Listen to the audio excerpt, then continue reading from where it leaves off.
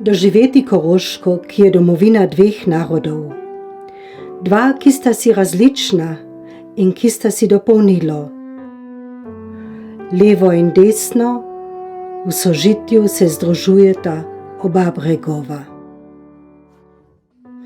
Doživeti kulturno dediščino, ko postane dnevna politika kruta in razdvaja, vendar se le najde korak v enakomernosti, ubranosti in soglasju. Doživeti deželo od Zile do Podjune. V udobju letnih časov se zrcalijo naše pokrajine, vasi, naselja, se bleščijo krasotna jezera in nam govorijo močne reke. Doživeti jezik, ki je del te lepote, in prisluhniti ljudem po vaseh, v neštetih cerkvah po deželi, v naših starih gostiščih in tudi po domovih pri vsakodnevnih opravilih. Sočno je življenje, sočni so tudi recepti, ki jih boste spoznali v naših prispevkih. Kliknite in kuhajte z nami. Na zdravje. Jezik prihaja s podeželja. Besede iz Roža, Podjune in Zile najdejo svojo pot v center in se pomešajo v bogato besedno zakladnico. Lep pozdrav iz jezikovalnice. Tukaj vam bomo pomagali z nasveti za lepšo slovenščino. Ej, Jasna, a mi pomagaš? A se pa tu našriva? Rada pomagam.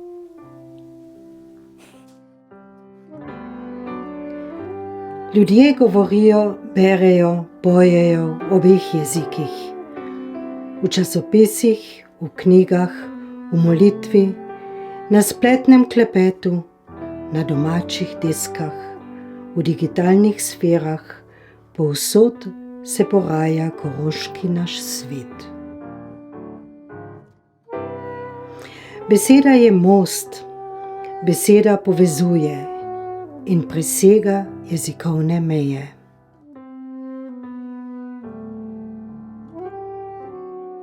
Dobar dan, Koroška.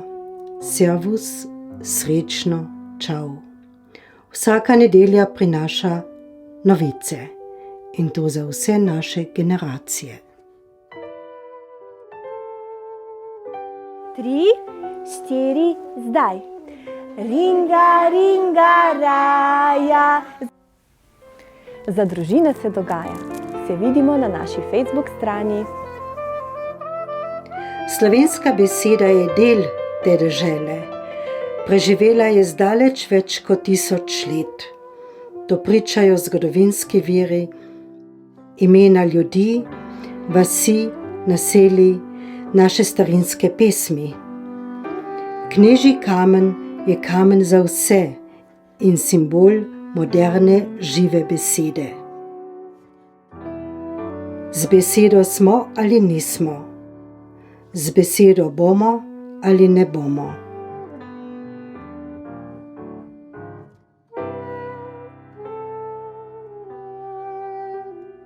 Kako pa vi pravite po domače krompirju? Repica, rpca, čompe, hrušče? Kliknite in poslušajte.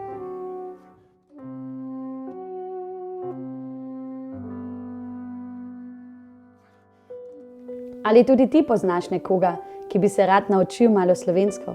Vsak dan eno novo besedo, en nov stavek in tu in tam še kakšna informacija o delovanju nas koroških Slovenk in Slovencev.